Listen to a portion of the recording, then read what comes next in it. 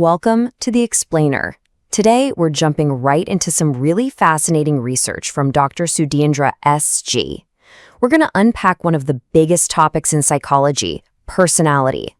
Our goal here is to give you, as educators, a solid framework for understanding your students, especially during those super critical high school and pre-university years. All right, let's just start with this. Take a look. What do you see? This is an inkblot, right? It's based on this famous idea from Hermann Rorschach, who thought that whatever we see in a random shape like this, well, it actually says something pretty fundamental about who we are. It's a classic way to kick off the conversation about personality. Okay, here's our game plan. First, we'll nail down what personality actually is. Then we'll explore two huge historical perspectives on it, the psychoanalytic and the humanistic.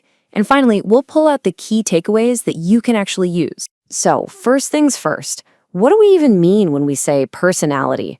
I mean, it's a word we throw around all the time, but in psychology, it's got a very specific meaning. Dr. Sudhindra S.G.'s work defines it just like this. It's your own unique and pretty consistent pattern of thinking, feeling, and behaving. It's what makes you, you, and it's what makes every single one of your students a completely different individual walking into your classroom. Now, psychologists tend to look at this in two main ways. You can zero in on specific traits to see what makes people different, why one student is super outgoing and another is more reserved. Or you can try to see the big picture, how all those different parts of a person work together to create the whole. Let's dive into our first major theory. This one literally changed the game when it came to how we think about the mind. It's the psychoanalytic view, and its biggest champion was, of course, Sigmund Freud. So the core of Freud's entire theory is this idea of conflict. He believed our personality is basically forged in this constant, hidden battle between our most primal urges and, on the other side, all the rules and morals we've soaked up from our parents, our teachers, and our culture. Freud used this great analogy of an iceberg. The little tip you see poking out of the water, that's our conscious mind. But the huge, massive part underneath is the unconscious. And down there, he said, these three parts are always duking it out. The impulsive id, the practical ego, and the moral superego. Now, check out the ego's job here. It's the referee. It's trying to get the id what it wants, but it also has to keep the super strict superego happy, all while dealing with the real world.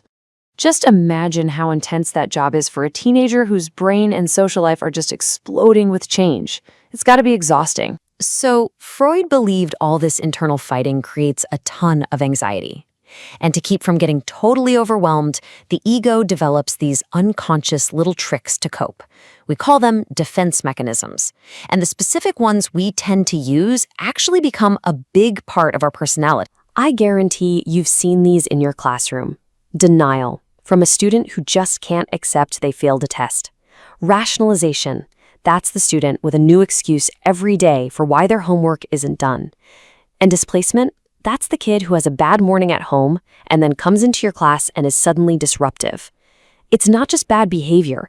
It could be their brain trying to manage some serious anxiety. Okay, so Freud also had his most, let's say, controversial idea that our personality gets built as we go through these 5 psychosexual stages as kids. Now, most of psychology has moved on from this specific model, but the core idea was revolutionary. The idea that stuff from our early childhood can echo into our teenage years and beyond, that really stuck. Of course, even Freud's own followers tweaked his ideas, but one of them is so relevant for educators. Think about Alfred Adler's idea of the inferiority complex. That deep struggle to feel like you measure up, to overcome feeling inadequate. That is playing out every single day in your school's hallways. It's a really powerful way to understand what's driving your students. But what if personality isn't all about secret conflicts and old anxieties? Well, a whole other school of thought popped up to challenge Freud. The humanistic view paints a way more optimistic picture of who we are and who we can become. Humanistic psychologists like Abraham Maslow totally flipped the script. Instead of studying people with problems, they studied healthy, thriving, creative people. Their belief that people are basically good and that we all have this built-in drive to grow.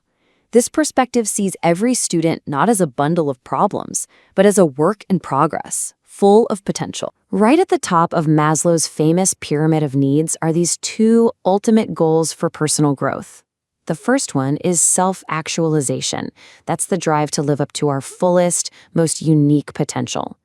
The second is self-transcendence, finding meaning by connecting to something bigger than just us. For the teenagers you work with, these are like distant mountains they're just starting to see on the horizon. And this right here, this is where it gets incredibly practical for the classroom. Another humanist, Carl Rogers, said that for anyone to grow, they need three things from their environment: genuineness, acceptance, or what he famously called unconditional positive regard, and empathy.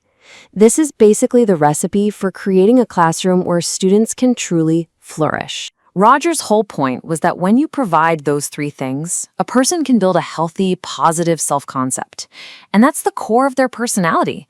It's all the thoughts and feelings that go into answering that huge, all-consuming question for a teenager: who am I?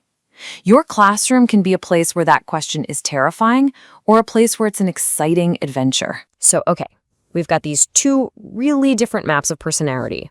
One's about hidden conflicts, the other's about human potential. So what's the bottom line for us as educators? What do we do with this? Well, the psychoanalytic view gives us empathy. It reminds us that a student's tough behavior might be coming from some deep-seated anxiety they're not even aware of. And the humanistic view? That gives us a mission.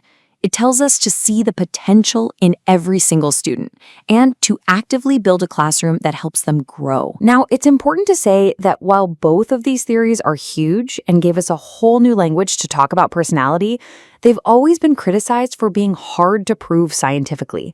They offer these amazing insights, but they're not always easy to test. And that's the problem that psychology tried to solve next. So as we wrap up, I want to leave you with a question that comes right out of Dr. Sudhandra S.G.'s work. Thinking about those three conditions from Carl Rogers: genuineness, acceptance, and empathy, what's one small thing you could do this week to help your students build a stronger, more positive sense of who they are? We'll dig into how psychologists actually started to measure all this in our next explainer.